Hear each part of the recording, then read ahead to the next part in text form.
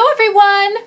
Welcome to Technique Thursdays. I'm Dawn with the Twice Sheared Sheep, and today we will be carding fleece. This is our alpaca fleece that we dyed last week. You remember that we dyed it all sorts of pretty colors in the crock pot, and today we're going to be carding it. Now, these are our hand cards. They look like weapons. They're not. They're tools. They're really not all that sharp, but I will tell you that you need to respect them because you can scrape up your hands pretty badly. That, contrary to popular opinion or maybe urban legend, the purpose of carding is not to get all of your fibers all going the same direction. It is to make a nice fluffy mess of fibers that are going all sorts of different directions. If you want all your fibers going the same direction and to be smooth and clean and everything, then what you want are combs, which look like this. Spiky combs. The combs will comb the fiber all into a parallel direction so they're all going the same way. Cards are designed for making a fluffy bat or rolag so that they all go in every which direction. You'll say, well, Dawn, what is the purpose in carding it? If you look at my fleece, it's all kind of going in every which direction as it is right now. Why on earth would you want them going every which direction? Well, the reason is there are really two main types of yarns. There's what's called a woolen yarn and a worsted yarn. Now, this is not to be confused with worsted weight yarn. Worsted yarn is a strong, smooth yarn where the fibers are all compacted together. They're all going in the same direction. And this is the type of yarn that is used for, that you would use for socks, that you would use for making sails, for anything that you need something to be really strong and really durable. Because all the fibers are going in the same direction, it means that the abrasion on it doesn't have as much effect on it. But for carding, we want a woolen yarn, which is on the other end of the spectrum. A woolen yarn is big and fluffy and lofty and full of air. Woolen yarns are very warm. They're also not as durable, but they're soft and they're fuzzy, and they can create a garment that weighs almost nothing, but will keep you very, very warm. They use less fiber than a worsted yarn. So carding our fiber is a woolen preparation. It's designed to prepare it to spin big, lofty, fluffy yarns. Now, when I say big, that doesn't mean that you need to spin a thick yarn. You can spin a big, lofty yarn that is a lace weight, but in order for it to open up and hold lots of air, all of the fibers need to be going different directions. That then when if all the fibers are going different directions and we spin it and it holds it real tight, that then when they relax, they try to straighten out and they fluff back up. And this makes a lofty, fluffy yarn. So, on to carding. To card our fiber, we're going to start with our carder flat on our lap like this. And we are going to charge the carder. So we're going to take a nice wad of fiber, and we're going to catch it on this front edge of teeth.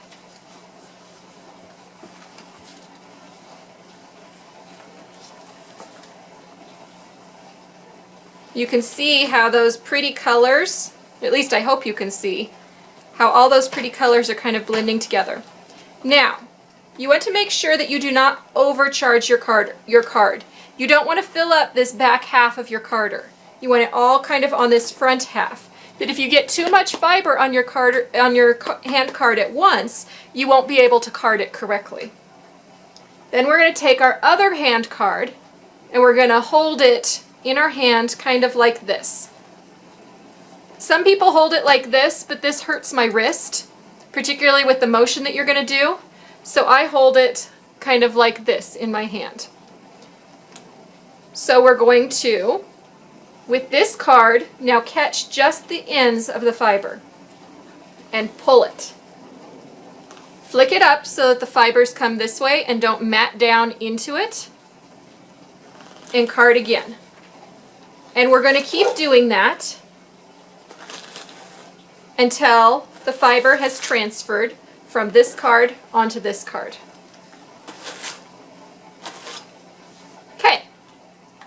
Now we will reverse the cards, put this one in my lap and this one in my hand, and we will repeat the process.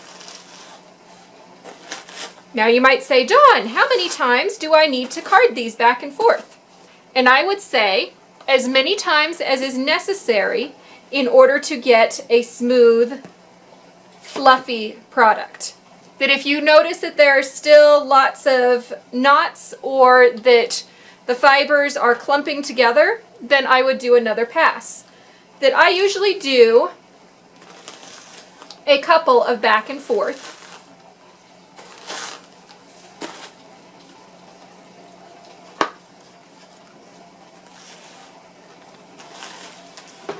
And now you're going to look at me and say, well, Dawn, I thought you said that you want the fibers all going different directions. And if you brush it that way, isn't that making all the fibers go this way? That's true. That is why we roll it into a roll-ag. And what we're going to do is we're going to take our fiber and we're going to roll it up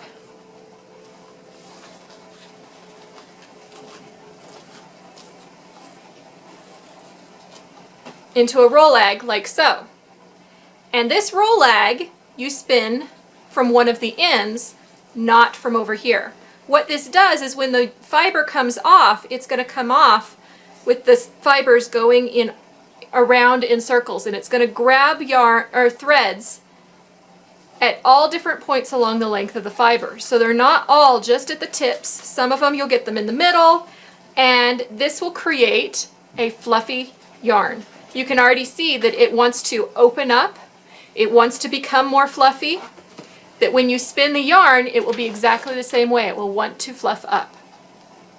And then I would card all of my fleece that I would like to use, or card it in small batches on your cards, and then spin these in sequence. If you would like to vary your color in your yarn, you can try and get your purples all in one roll-ag, and then your lighter colors in another roll-ag, so that when you spin, you've got a purple section of your yarn, and then maybe a pink section or a blue section, in order to get a variegated yarn.